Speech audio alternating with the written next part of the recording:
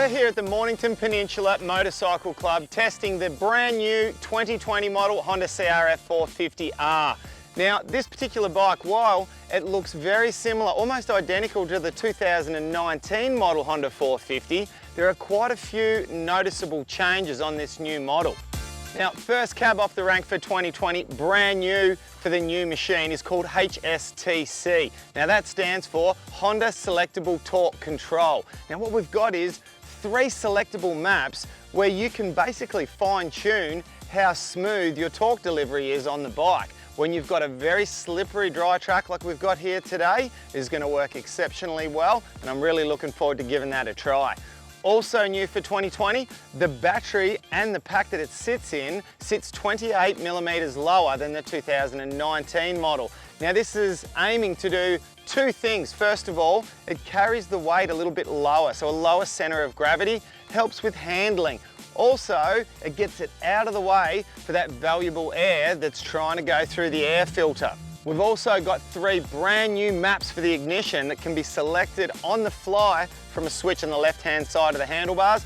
We've got some brand new material in the rear brake pads, and we've also had a little bit of a shuffle around with the internal valving, both up the front with the forks and of course the shock at the rear. So quite a few changes have been made to this new 2020 Honda CRF450R.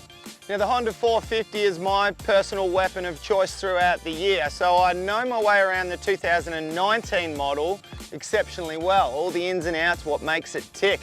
So very much looking forward to throwing my leg over the new 2020 450 right now to see what these changes do and how it translates out there on the track. Let's do it.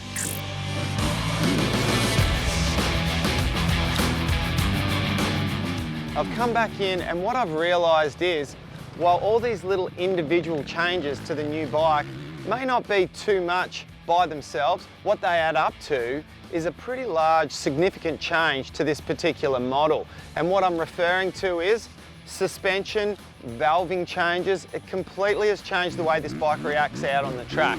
A couple of years ago, the 2018 model, we had a bike that really squatted quite low in the rear under acceleration.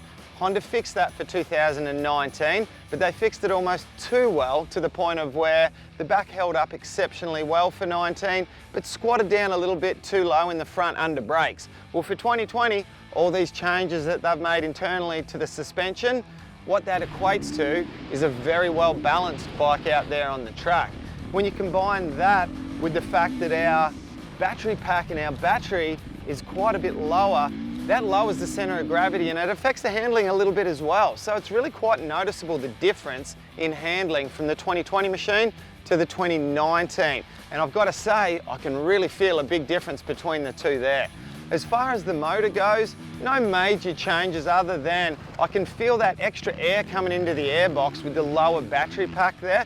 It really seems to have helped in the air induction range, and it really seems to be delivering that power a little bit nicer, getting it to the ground a little bit better.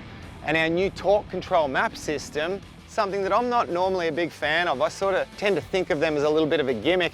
I don't want to tone down my horsepower on my big 450s. I like to feel how much power they've got.